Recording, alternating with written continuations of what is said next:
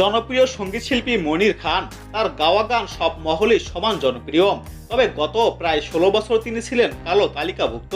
তার গান শোনা যায়নি টেলিভিশন সহ দেশের বিভিন্ন সরকারি মাধ্যমে।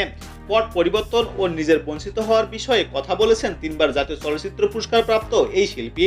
তিনি গণমাধ্যমকে বলেন, ৫ই আগস্ট পট পরিবর্তন হলো। অসংখ্য এই ছাত্র আন্দোলনে করতে গিয়ে মৃত্যুবরণ করেছেন। প্রাণ ঝরেছে অনেক শিশুর। রাজপথ রঞ্জিত হয়েছে রক্তে।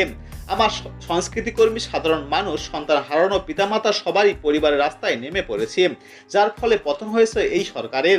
স্বস্তির বিষয়, স্বৈরশাসক নির্মমভাবে বিদায় নিয়েছে। অন্তর্বর্তীকালীন সরকার শপথ নিয়েছেন। ডক্টর মোহাম্মদ ইউনূস বিশ্বব্যাপী সম্মানিত ব্যক্তি, বাংলাদেশের গর্ব। নতুন বাংলাদেশ গড়ার ক্ষেত্রে সঠিক মানুষকে আমরা পেলাম। মনির খান বলেন, নিজেদের অধিকারের বিষয়ে ব্যক্ত করতে গিয়ে গত ১৬ বছর শাসন আমলে অনেকের প্রাণ ঝরেছে, অনেকে জেলবন্দী হয়েছেন, গুম হয়েছেন, দেশহারা হয়েছেন। আমি একজন সঙ্গীত কর্মী, তিনবার জাতীয় চলচ্চিত্র পুরস্কার পেয়েছি। তারপরেও ১৬ বছর বিটিভির রেডিও ও শিল্পকলায় গান গাওয়ার কোনো সুযোগ পাইনি। এরকম অনেক কষ্ট বুকে জমা আছে, কখনো বলিনি। গণতন্ত্র ফিরেছে, তাই এখন বলছি। মনির খানের কথায় আরো কষ্টের বিষয় হলো, যাদের সঙ্গে গান করেছি, সঙ্গীত পরিবারের অনেকেই আমার মধ্যে দেয়াল তুলে দিয়েছিলেন যেন সরকারি কোনো অনুষ্ঠানে যেতে না পারি। এমন অসভ্যপনা গণতান্ত্রিক রাষ্ট্রে আশা করা যায় না। আমি একজন ভুক্তভোগী।